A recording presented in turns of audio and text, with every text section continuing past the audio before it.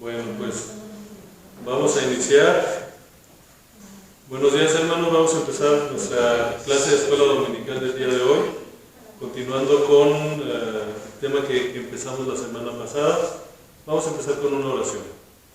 Señor Dios y Padre, te damos infinitas gracias en esta mañana por tus bendiciones, por tus cuidados, por todo lo que nos das. Te pedimos, Señor, que seas tú quien a través de mí puedas dar esta clase, Señor, que podamos aprender un poquito más de tu palabra, de dónde viene, que tu palabra es confiable, que podamos tener esa certeza no nada más de manera dogmática, sino también de manera, con una certeza más clara de lo que son tus escrituras. Te pedimos por las personas que vienen en camino, por aquellos que estarán viendo posteriormente esta clase, Señor, también que les bendigas y les hagas saber tu mensaje a través de mí, Señor. Te lo pedimos en el nombre de tu Hijo amado, Cristo Jesús. Amén. Amén. Bueno, pues el tema de esta clase especial que estamos llevando a cabo es si podemos confiar en la Biblia. Como comentábamos la semana pasada, vamos a dar un breve resumen realmente de lo que vimos la semana pasada para podernos poner otra vez en sintonía. Veíamos cómo muchas veces nosotros creemos en la Biblia por dogma, porque así nos lo dijo el pastor, porque así nos lo dicen, pero de repente empiezan a entrar dudas. La semana pasada veíamos el caso de Shirley MacLaine, o la otra persona que escribía ese libro negando la existencia de Jesús, y son cosas que muchas veces nos ponen a dudar, nos hacen dudar. Inclusive ahorita hace un ratito comentábamos con las personas que estaban aquí antes de iniciar la clase del caso de la película esta de ¿cómo se llama? Código Da Vinci. Cómo meten, aunque son novelas, aunque son situaciones totalmente inventadas, hacen dudar a los cristianos, porque aunque son cosas, vamos a decirlo así, ficticias, se toman en algunas teorías, algunos comentarios que realmente existen, y eso lamentablemente fortalece esas aseveraciones y nos pueden hacer dudar a nosotros como cristianos. Por eso tenemos que estar bien cimentados en lo que es lo que nosotros creemos.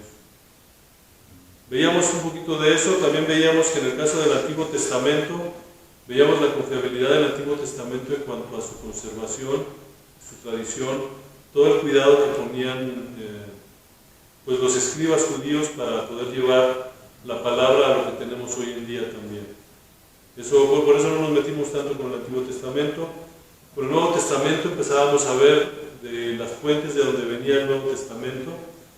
Veíamos que hubiera estado muy bien tener las copias autógrafas, es decir, las cartas que escribió Pablo, las cartas que escribió Lucas. No las tenemos copias de ello. Y son copias que distan cierto tiempo después de que fueron escritos los originales. Veíamos eso también. Veamos un poquito de la patrística, la importancia que tiene la patrística y que vamos a reforzar un poquito el día de hoy. Entonces, de las cuestiones que veíamos es precisamente comparando lo que es la Biblia, lo que se tiene en los escritos, con los escritos que hoy por hoy se consideran como historia antigua y que se les da la validez de libros históricos. Empezábamos a ver básicamente dos diferencias. Una, el tiempo que había transcurrido entre el original y la copia que se cuenta actualmente, o de donde se supone que está el original a donde tenemos la copia actualmente, y la cantidad de copias que tenemos. Y a manera de ejemplo veíamos esto. En el caso de la Ilíada de Homero, el tiempo que fue escrito fueron 500 años, o sea, de que sucedió que tenemos la primera copia, y se cuentan con 643 copias. Sin embargo, ya del Nuevo Testamento estamos hablando de que la copia más reciente, que vamos a decirlo así, pasaron alrededor de 25 años, que es el Evangelio de Juan, lo comentábamos la semana pasada, y tenemos en total de todo lo que es el del Nuevo Testamento más de 24,000 copias ahí a la mano. Entonces, veamos, esto es una más o menos repetición, que son los tiempos, por ejemplo, de varias de las obras de la antigüedad y comparándolo con el Nuevo Testamento. Entonces vemos cómo la que mencionamos ahorita de Homero es la más, vamos a decirlo, la más aproximada a los originales. Estamos hablando de 500 años. Entonces, esos son parámetros que la misma historia que la misma ciencia de la historia da para poder considerar un documento como histórico. Entonces, si creemos que las primeras copias existentes de estos documentos aparecen cuando menos 500 años en delante y se consideran como documentos históricos, se consideran como documentos fiables para lo que es la historia, pues la pregunta que nos pudiéramos hacer es: ¿cuál es la razón por la que tendríamos que descartar al Nuevo Testamento? Entonces, es una pregunta que nosotros nos tendríamos que hacer. ¿Por qué descartar al Nuevo Testamento si excede las características que los historiadores piden para considerar un documento histórico? Y ahora sí vamos a entrar en materia, vamos a ver, determinando un documento histórico. Vamos a ver a muy grosso modo qué es lo que hacen o qué pruebas le ponen a un documento para considerarlo o no considerarlo como histórico. Esto, insisto, no es algo que la Iglesia haya establecido, no es algo que alguien lo haya usado para poder comprobar la Biblia, sino es una ciencia que se usa para determinar la historicidad de algún documento. Básicamente son tres pruebas: la prueba bibliográfica, luego es la prueba interna, la prueba externa. Desde cuenta, la prueba bibliográfica es lo que ya estamos viendo, que son las copias que hay, la antigüedad, todo esto. La prueba interna es ver que todo lo que está documentado ahí de alguna manera se pueda comprobar con hechos históricos, con la antropología, otros hechos, y eso se comprueba con la prueba externa, donde empezamos a ver otros escritos que hablan acerca de lo mismo y comprueban lo que está diciendo el documento. Es decir, no se toma aislado, que es otro de los errores que vamos a ver ahorita, que nosotros tenemos como cristianos, que agarramos y decimos: es que la Biblia dice eso y todo el mundo la trata de desacreditar, pero no estamos conscientes de que hay otros libros que mencionan los hechos históricos que están enunciados en la Biblia, que no son la Biblia, y que confirman lo que la Biblia dice, y vamos a ver algunos de ellos ahorita. Es decir, nada más que nada manera de ejemplo para que los vayamos viendo. En la pantalla van a ver de los manuscritos más antiguos. Lo que estamos viendo ahí es el que le llaman papiro P67, que es el Evangelio de Mateo, es el capítulo 26, más o menos del año 200 después de Cristo. Son fragmentos, esto es más que nada a manera ilustrativa para que los vayamos viendo. Obviamente son fragmentos, pero se cuenta también con documentos completos. La cuestión es que se hace, y lo vamos a ver ahorita, es el comparativo que van haciendo para poder determinar lo que decía el original. Tenemos a Lucas, varios capítulos, papiro P75, también del año 200 después de Cristo. Todos estos, alguien me preguntaba la semana pasada que si esos los tiene el Vaticano, quién los tenía, una cosa así. Algunos sí, pero están distribuidos en museos, colecciones privadas, algunos los tiene el Vaticano, pero todos estos se tienen identificados, los historiadores saben dónde están y de alguna manera tienen acceso a ellos. Es el Evangelio de Marcos, capítulos 4 al 9, del 11 al 12, papiro P45, 250 después de Cristo, más o menos para que nos demos una idea de con lo que están viendo los historiadores.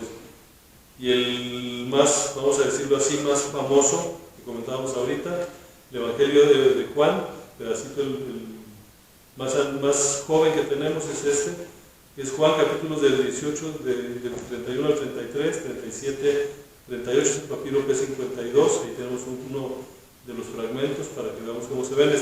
Obviamente está en exhibición, lo pueden ir a ver todo, pero es más o menos lo que se tiene. Ahora es en cuanto a lo que se vienen a hacer las copias del del Nuevo Testamento. Platicábamos nosotros de lo que es la patrística la semana pasada. Aquí nos dice que además de la evidencia textual y derivada de los manuscritos del Nuevo Testamento griego y de las primeras versiones, la crítica textual tiene a su disposición las numerosas citas escriturales incluidas en los comentarios, sermones y otros tratados escritos por los primeros padres de la Iglesia. Si se acuerdan, la semana pasada platicábamos de estos padres de la Iglesia, por qué se les llama así, quiénes eran. Ellos hicieron escritos en su momento, hicieron sus sermones, así más o menos lo mismo que hace el hermano Eder, prepara su predicación, la escriben, lo iban guardando y ahí se iban acumulando. Entonces ellos también tienen esa historial. Si nosotros quisiéramos hoy en día buscar algo de información de los padres apostólicos, hay libros como este Esas son obras escogidas de los padres apostólicos. Aquí uno los puede ver también, insistiendo, nada de esto tiene inspiración bíblica, simplemente como referencia de lo que los padres apostólicos decían. Y aquí tienen algunas de esas obras. De hecho, la colección completa de estos libros son como 10 o 12 libros, yo nada más tengo uno, es este. Pero vienen varias obras escogidas que uno puede en un momento dado revisar, leer. Si uno tiene duda, aquí por ejemplo está, a lo mejor algunos de ustedes lo han oído por ahí, el Didache. Vamos a hablar de él posteriormente. Lo encuentran en este libro, por ejemplo. Entonces, los tenemos nosotros inclusive hoy en día a la mano. Todo lo que escribieron los padres apostólicos.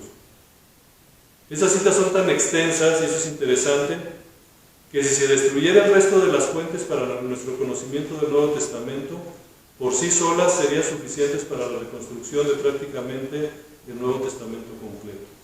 Pues imagínense, si desapareciera toda la evidencia que tenemos del Nuevo Testamento y nos quedáramos nada más con las obras de los padres apostólicos, estaríamos pudiendo reconstruir el Nuevo Testamento otra vez con sus referencias. Ahí están las referencias que se usan para eso, son los libros de donde salen este tipo de aseveraciones. Entonces, es interesante ver el cuidado que se estuvo teniendo en esos primeros siglos, y por eso la importancia de lo que es la patrística, que nosotros llamábamos. Vamos a ver ahorita rápidamente una tabla para darnos una idea de las veces que tocaron pasajes del Nuevo Testamento, los de la patrística. Lo tenemos dividido en columnas. Por ejemplo, tenemos los Evangelios, el libro de los Hechos, las epístolas paulinas, epístolas generales, Apocalipsis. El número que ven ahí es la cantidad de documentos que se tienen de los padres apostólicos que tocaron alguna de esas citas. Por agarrar, por ejemplo, Ireneo es uno de los padres apostólicos. De los Evangelios, de los 4 Evangelios, tiene 1038 documentos que hablan acerca de eso. Entonces ahí es donde estamos viendo todo esto. Estos son del siglo II al siglo IV. Entonces estamos viendo cómo la historia de la Iglesia, de los padres apostólicos, tiene esa importancia porque ayuda también a confirmar lo que también dice el Nuevo Testamento. Insisto, no son para tomarlos como doctrina, pero sí como una referencia. ¿Qué es lo que leían los padres apostólicos? ¿Qué es lo que creían los padres apostólicos? ¿Contra qué tipo de doctrinas extrañas se enfrentaron los padres apostólicos? Es lo que podemos encontrar aquí. Y ellos hacían toda la referencia al Nuevo Testamento. ¿Sí? En ese caso, ahorita que está hablando de los patrísticos, ellos en aquel tiempo pudieron haber tenido algún ejemplar. Tenían copias, bueno, no los que nosotros tenemos, pero tenían los papiros, los que nosotros usamos. Y es parte de lo que nosotros usamos hoy en día para ver más o menos qué es lo que decía, porque se hacen equivalencias y dicen, mira, esto lo que está diciendo aquí lo encuentras en el Evangelio de Juan. Lo que está diciendo aquí, algo de eso lo encuentras en el libro de los Hechos. Más adelante, cuando veamos en la parte del canon, que no creo que lo veamos hoy, lo vamos a ver yo creo que la próxima semana, vamos a hablar un poquito de eso, vamos a ver cómo estos padres de la Iglesia hacen referencia precisamente a eso y cómo ellos validaron lo que hoy por hoy son los libros de la Biblia. Porque todo esto viene desde aquí. Cuando veamos la parte del canon vamos a entrar un poquito más en detalle. Porque así como estaban los libros, como dicen, un spoiler por ahí, así como están los libros que son los canónicos, había otros libros que en esa época estaban en duda o que estaban circulando y que los mismos padres apostólicos identifiquen y dicen, ¿sabes qué? Este no está bien. Y vamos a ver las razones por qué decían que no o por qué decían que sí. Todo eso lo vamos a ver, pero ahí estamos viendo cómo la parte de la patrística, como comentábamos la semana pasada, que nosotros como evangélicos, hemos dejado de lado, tiene mucha importancia. Una de las cuestiones interesantes de la patrística es que todas las discusiones que ellos tenían, y por eso hay tantas citas bíblicas, tantas citas del Nuevo Testamento, un concepto que hoy se tiene de acuerdo a la Reforma es la sola escritura, donde todo lo discutimos, si lo dice la Biblia es lo que nosotros decimos como cristianos. La Biblia es nuestra única regla de fe y práctica.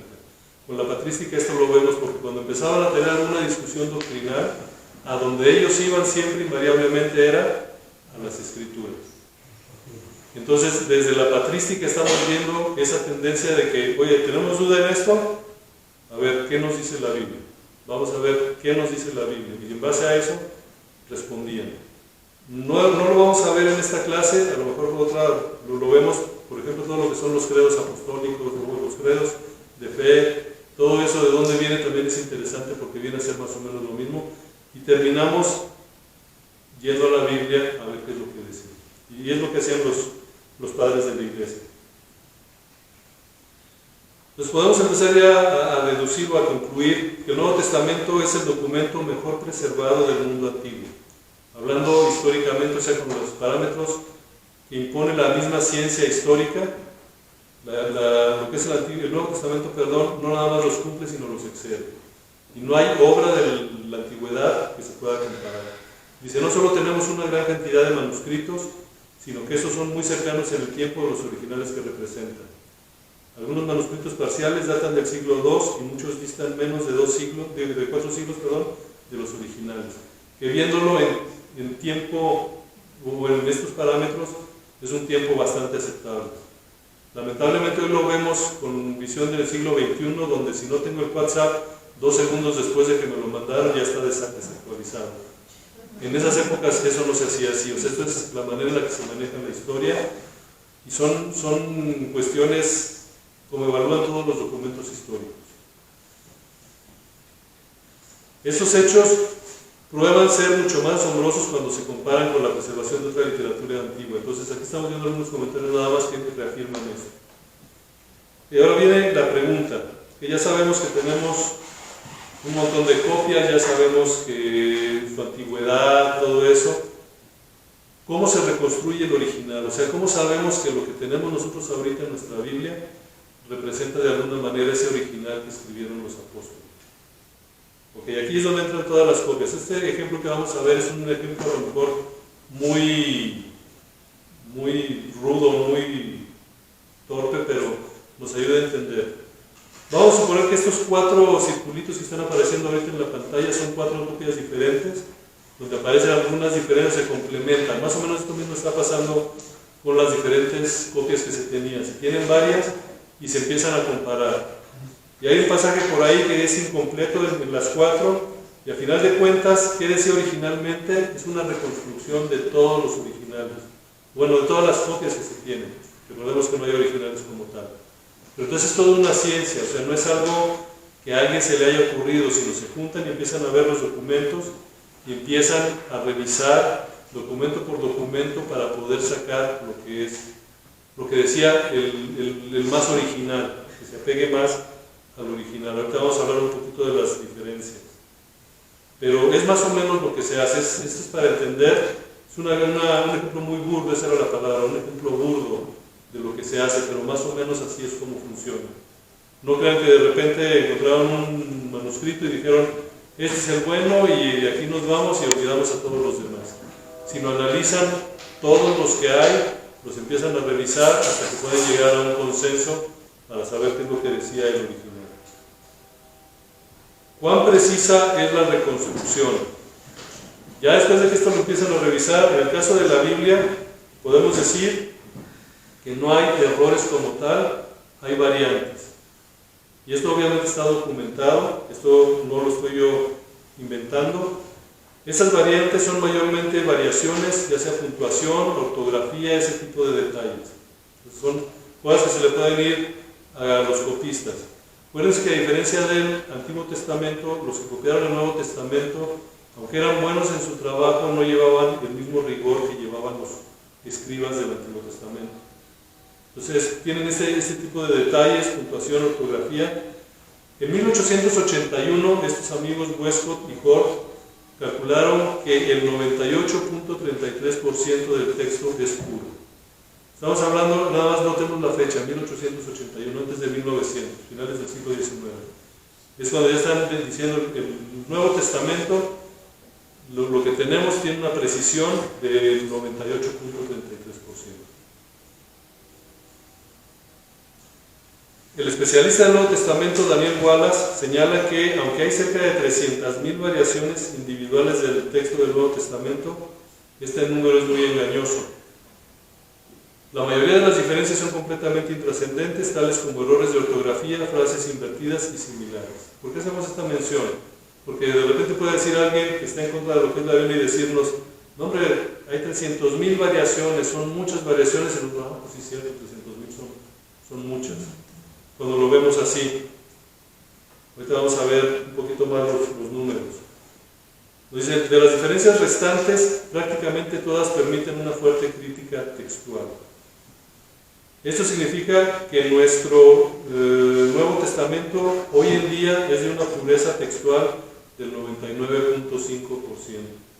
Ahorita a lo mejor van a decir, fíjate, hace ratito decías que era el 98 punto algo y ahora ya nos pasamos al 99.5. Así que pongan atención en las fechas, era 1881. 1947 por ahí salen los rollos del Mar Muerto.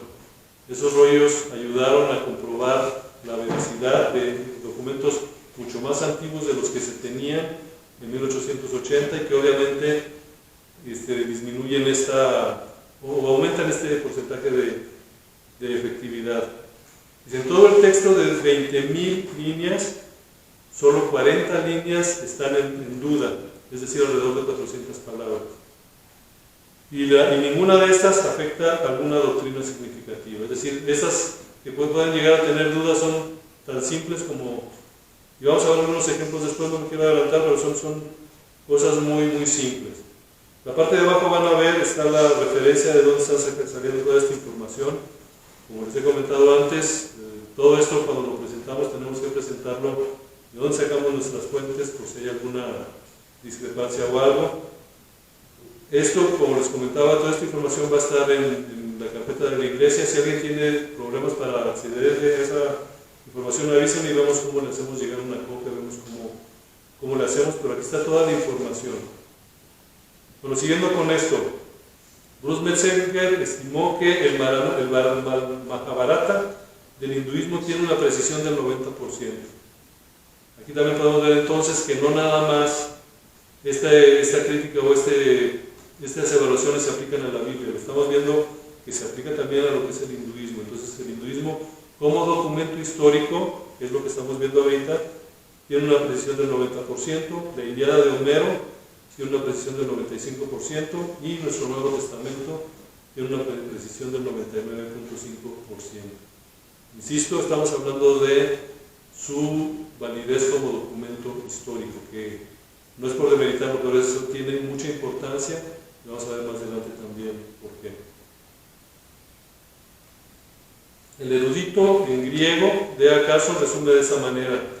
Dice, la pureza del texto es de tal naturaleza sustancial de que nada de lo que creemos que es verdad y nada de lo que se nos manda a hacer está de alguna manera en peligro por las variaciones. Y volvemos al punto, las pocas variaciones que hay no afectan para nada cuestiones doctrinales. Entonces, no hay de que yo lo sabía o no hay de que a lo mejor esta doctrina esté en duda. Simple y sencillamente, los que pudieran tener alguna duda son cosas que no son trascendentes, hablando de doctrina como tal. Este problema ya no es impugnado por los estudiosos no cristianos y por una buena razón. Lo que ya hemos comentado, si rechazamos la autenticidad del Nuevo Testamento por razones textuales, tendríamos que rechazar toda la obra de la antigüedad y declarar nula cada pieza de información histórica a partir de fuentes escritas antes del comienzo del segundo milenio de nuestra era. Entonces aquí estamos viendo que de manera histórica, si alguien quiere demeritar el Nuevo Testamento, en automático tiene que demeritar toda la historia universal prácticamente. ¿Alguna duda hasta aquí? Ok, entonces vamos a verlo así por el documento como tal. A partir del siglo XIX, finales del siglo XIX, principios del XX, empezaron movimientos donde empezaron a cuestionar el cristianismo. Y entre esos movimientos hubo quien dijo, ¿sabes qué? Vamos a empezar a hacer estudios arqueológicos para demostrar que la Biblia está equivocada. Esos fueron los primeros que empezaron a salir. Para tal sorpresa que empiezan a hacer análisis de este tipo antropológicos y se están encontrando con que la Biblia se está demostrando en maneras O sea, también en la historia, en la evidencia antropológica, todo eso se está demostrando. De hecho, aquí entre las curiosidades no me traje todas las Biblias, me traje nada más algunos libros. Este libro que tengo yo aquí es un libro ya muy viejo, de 1950 y tantos. Era de la biblioteca de mis papás, es de los que heredé de una u otra manera. Se llama Y la Biblia tenía razón. Me da mucha risa porque este libro lo leyó alguna vez mi mamá, está encontrando notas de ella. No creo que se alcance a ver, pero mi mamá tuvo a bien tacharle el título. Dice, y la Biblia tenía razón, le tacha y le dice, no, tiene razón. Ella corrigió aquí al autor. Se me hizo un detalle simpático de mi mamá. Sí, o sea, o sea, y aquí estamos viendo ya evidencia antropológica y cómo demuestra lo que es lo que estamos diciendo. Entonces ya empezamos a entrar, ya no es nada más lo que la Biblia dice, es lo que otro tipo de pruebas dice, lo que veamos ahorita, la prueba externa. Vamos a platicar un poquito de la precisión histórica de Lucas. Colin Hermer, que es un historiador clásico, no tiene nada que ver con la iglesia, identifica 84 hechos en los últimos 16 capítulos del libro de Hechos que han sido confirmados por la investigación histórica y arqueológica.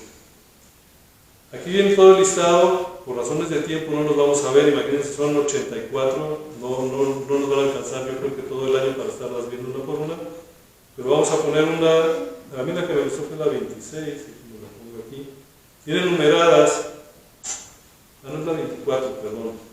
Viene lo que es el hecho y viene la cita de hechos donde se menciona. Como les digo, esto va a estar ahí subido en lo que es la carpeta de la iglesia. El 26 es un pasaje bastante conocido. Dice, encontraron el altar a un Dios desconocido. ¿Se acuerdan de Pablo? Se lo menciona. Bueno, ya históricamente la arqueología ya vio que donde Pablo dijo que estaba un altar al Dios desconocido, ahí estaba. Ese es uno de los ejemplos. Entonces todo eso lo estamos viendo. Aquí vienen todas las citas, les digo, lo voy a pasar muy rápido porque por cuestiones de tiempo no los podemos ver, pero quedémonos en la mente esto. Hay 84 hechos del libro de los Hechos nada más que ya están demostrados de manera histórica y antropológica. Bueno, esto también está en una parte, en una liga que ahí la van a encontrar también en internet, y se basan en un libro que se llama, bueno, es este libro de acá, es la versión en español. Ahí está, pero ya puse la referencia a donde están. El libro se llama, en español, No basta mi fe para ser ateo. La semana pasada platicábamos del libro de evidencia que demanda un veredicto. Es algo similar, nada más que este va un poquito más en cuestiones de ideales y demás. Este libro nos hace ver que para poder ser ateo se necesita mucha fe, nada más en el gruesecito del libro. Entonces toda esa fe se necesita para ser ateo y estas personas dicen, no tengo tanta fe como para ser ateo. Porque en este libro como muestra muchas evidencias en las que cae el ateísmo o con las que quieren contradecir la fe cristiana, y una de ellas es precisamente esta parte donde hechos históricos y antropológicos están demostrando lo que viene a ser lo que la Biblia nos dice. Entonces, este tipo de evidencias nos ayudan a ver que la Biblia no es un libro, como veíamos también la semana pasada de alguien que dijo, a alguien se le ocurrió hacerlo en el siglo III, inventar algo así rapidito y sacarlo, porque hay demasiada evidencia fuera de la Biblia que apoya lo que dice la Biblia. Caso similar tenemos en la precisión histórica del libro de Juan. Craig Blomberg, en su libro La confiabilidad histórica de Juan, en este caso describe 59 detalles que han sido confirmados por la investigación histórica y arqueológica. Y esos son nada más ejemplos. Igual, en el documento que va a estar ahí van a encontrarlos todos. Viene, por ejemplo, el número 3, la arqueología confirma el lugar apropiado del pozo de Jacobo. Y viene la cita bíblica donde viene cada uno de los hechos históricos o arqueológicos que han sido demostrados y en qué pasaje específico, en este caso de Juan, en el caso anterior que veíamos, perdón por pasarlos rápido, pero como les digo, esto es más que nada ahorita que nos quedemos con la idea de cómo todo esto que dice la Biblia no nada más depende porque lo dice la Biblia. Se han encontrado evidencias de esto. Pues unos cuantos hechos aislados como estos no serían suficientes para dar credibilidad a todo el texto, pero la gran cantidad de detalle respaldado por evidencia arqueológica e historiografía constituye un formidable caso acumulativo para afirmar que el Evangelio de Juan está basado en testimonio ocular. Igual, ahí está la parte de este libro donde aparece esta información. Pues ahí estamos viendo todas esas cuestiones históricas. Interesante también, nos hablamos de personajes del Nuevo Testamento. Esos personajes del Nuevo Testamento no nada más los menciona el Nuevo Testamento, sino también encontramos sus menciones en otros libros, en otros documentos históricos de la época. Y es algo que normalmente pasamos por alto o desconocemos. Y el primero de ellos, por increíble que parezca, y digo increíble que parezca porque muchos nos dicen que Jesús es inventado, es Jesús. En ese cuadrito que ven aquí, dice cuál es la persona, el personaje del Nuevo Testamento del que estamos hablando, dónde están las citas del Nuevo Testamento y fuentes no cristianas que los enuncian. En el caso de Jesús, obviamente tenemos muchas citas, prácticamente todo el Nuevo Testamento. ¿Quiénes confirman la existencia de Jesús? Josefo, que es una persona que es muy distinguida en cuanto a hechos históricos de la época, Tácito, Plinio el Joven, Flegón, Talus, Suetonio, Luciano, Celso, e inclusive el Talmud judío. Entonces, no nada más la Biblia dice que existió Jesús, hay muchísima información que confirma la existencia de Jesús. Y aquí podemos ver a otros, tenemos por ejemplo a Agripa I, Agripa II, Ananías, Anás, Aretas, la esposa de Agripa II, y aquí nos viene la cita bíblica específica donde se menciona el personaje, para que no tengamos duda. Eso sí puede ser en Hechos, en Juan, en Lucas, en los Apóstoles, en los Evangelios, y nos dice qué historiador o historiadores no cristianos hablaron de estos personajes también. Es decir, están confirmando la existencia de personas que vivieron en la época del Nuevo Testamento, que menciona el Nuevo Testamento, y obviamente si esas personas existieron y están en el Nuevo Testamento, tienen que tener algo de verdad. Entonces, ya no es nada más que nosotros digamos es que lo dice en la Biblia. Es impresionante la cantidad de personajes que vamos a encontrar.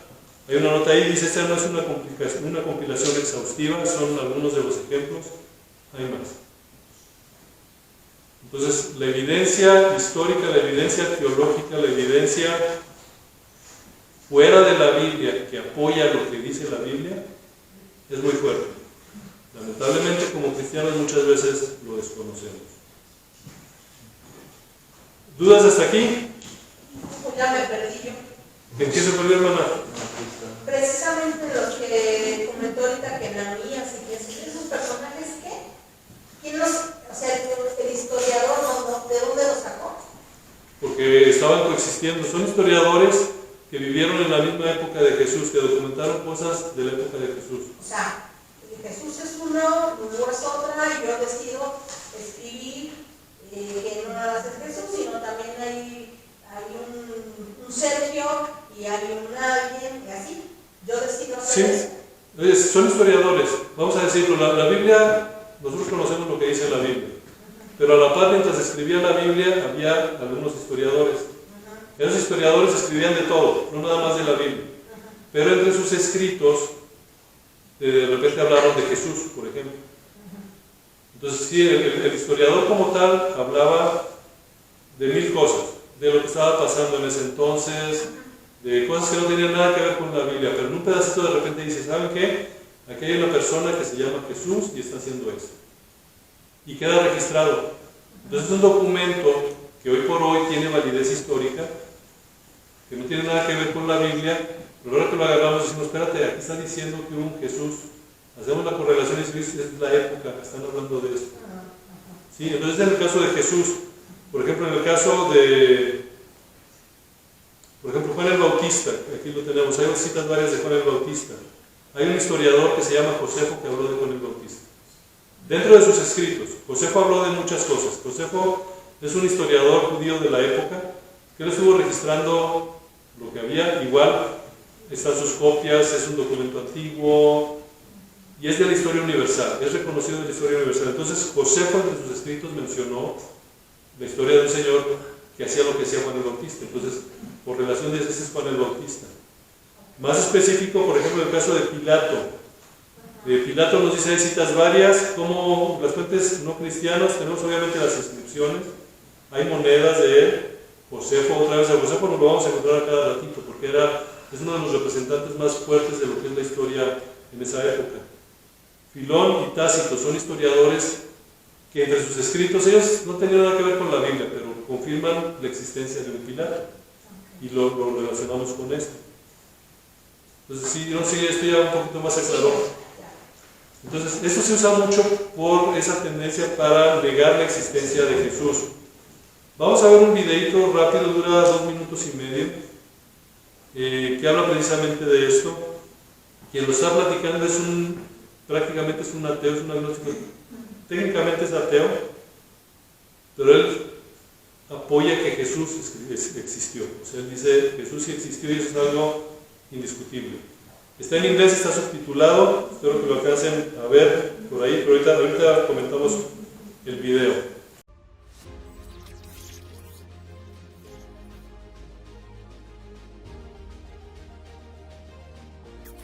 I do not see evidence in archaeology or history for a historical Jesus. Yeah, well, I do. I mean, that's why I wrote the book. Well, I mean, okay, yeah. I mean, I have a whole book on it.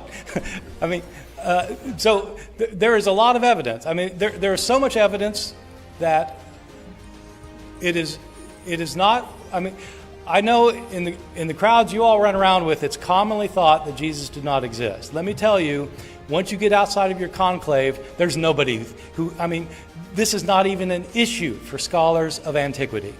It is not an issue for scholars of antiquity. There is no scholar in any college or university in the Western world who teaches classics, ancient history, New Testament, early Christianity, any related field who doubts that Jesus existed.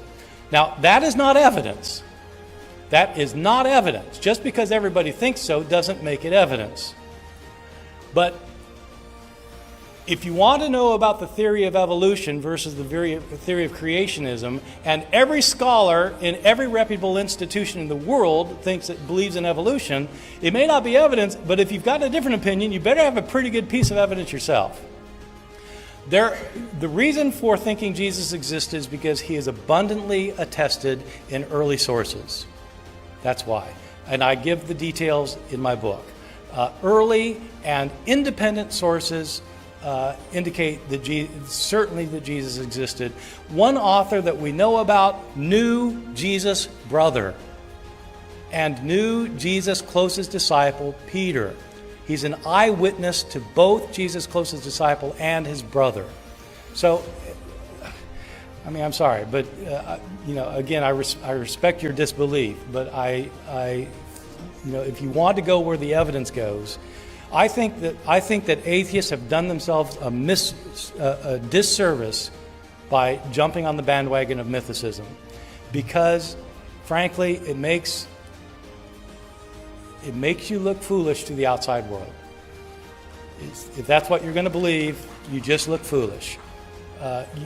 You are much better off going with historical evidence and arguing historically, rather than coming up with the theory that Jesus didn't exist. Okay. Este amigo, para poner un poquito en contexto, estaba dando vamos a decirlo así, una conferencia. Este amigo escribió un libro.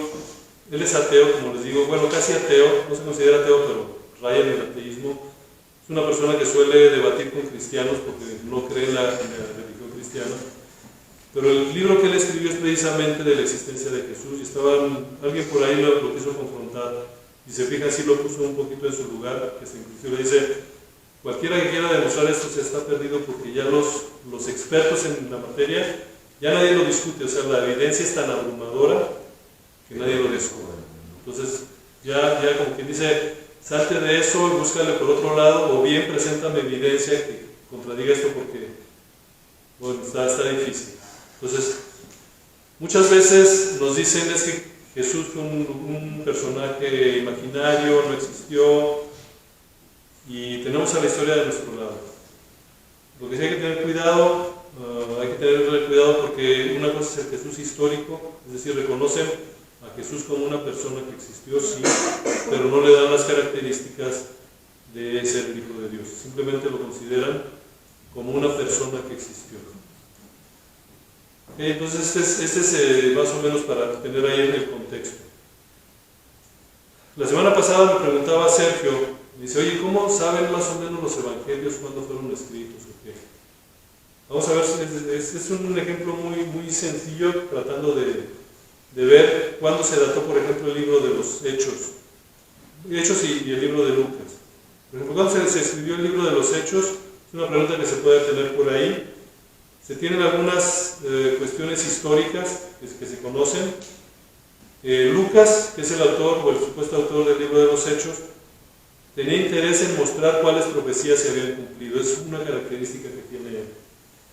Y la otra es, describe eventos trágicos de la iglesia primitiva que resultan ser relevantes. Son características del autor. Entonces, teniendo esto en mente, vamos a trazar una línea de tiempo en la cual vamos a poner precisamente lo que es la destrucción del templo. Como nosotros sabemos, eso sucedió en el año 70 después de Cristo. Pero no lo describe Lucas.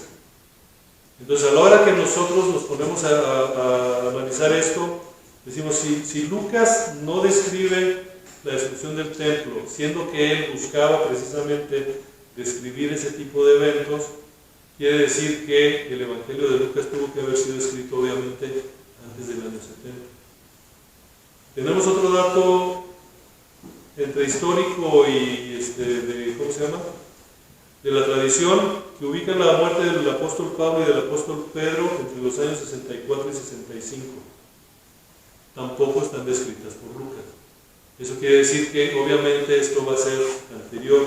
Entonces esto nos va ayudando un poquito para establecer cuándo fueron escritos los distintos evangelios o lo de las escrituras. Entonces tenemos los Hechos de los Apóstoles, pero también sabemos que el Evangelio de Lucas fue escrito antes, porque el de los Hechos fue escrito después del Evangelio. Entonces ya le podemos ir más o menos poniendo los años, porque también sabemos, otra de las cosas que sabemos es que el Evangelio de Lucas toma como referencia al Evangelio de Marcos, el mismo que está precisamente entre los años 50 y 60, es cuando se piensa que fue escrito el libro de Marcos. Entonces, a muy grosso modo, este es un ejemplo de cómo datan lo que son los evangelios, cómo datan la información que se tiene. No hay un acuerdo, eso sí hay que mencionarlo, no hay un acuerdo, vamos a decirlo así, que todos estén de acuerdo con esto. La gran mayoría están de acuerdo más o menos con estas fechas, hay quienes lo ponen un poquito después, pero al final de cuentas nos ayuda un poquito a datar lo que vienen a ser los diferentes libros de la Biblia. Es una de las herramientas que se tiene. ¿Hasta aquí alguna duda? Bueno. Aparte de la profesión de Lucas, ¿era historiador? Bueno, no sé si sea... Era médico. Por eso, aparte de la profesión, era médico. Historiador. Era médico y tenemos esto. No sé si haya algún otro documento por parte de Lucas fuera de Hechos y de su Evangelio. Desconozco si hay algún otro documento, sería cosa de investigarlo. Sé que era médico, pero obviamente tenemos estos documentos como de él. ¿Sí? Yo creo que el ser historiador ya es otra profesión de verdad. No cualquiera escribe con fundamento y trata de investigar y trata de todo lo que abarca para poder escribir en un pergamino, porque no nada más es de inventar, sino es de fundamentarlo. De hecho, sí, justamente esta semana que pasó tuve una plática con una persona, platicábamos un poquito de esto y me decía, lo que pasa es que la historia, y eso es algo que hemos escuchado muchos, la historia la van a escribir los que ganaron la historia. Le digo, sí, en parte te la compro, pero aparte de eso tienes lo que es la evidencia arqueológica, lo que veíamos ahorita. Mi pregunta fue, perdón, hermano, fue porque estaba dentro de lo que estábamos mencionando, o sea, dentro de la palabra de Dios, vaya de los 66 libros. Sí, porque Lucas Los escribió. evangelios, por eso pregunté, aparte de la profesión, si era historiador. No Y que yo usted me sepa. dice, sería cuestión de investigar. Sí, pero no, digo, yo no estoy al tanto de que tenga más obras Lucas más que los de la Biblia. Ajá. Recordemos que ninguno de los que escribió la Biblia era un historiador como tal, eran personas simples que simplemente estuvieron escribiendo. Bueno, En su evidencia histórica de los dos libros de Lucas y de Hechos, pues nos muestra cómo Lucas está escribiendo para la amada o para Teófilo. Creemos, o lo que sabemos, es que Teófilo era una persona prominente, o también puede decir que el amado es para cada uno de nosotros.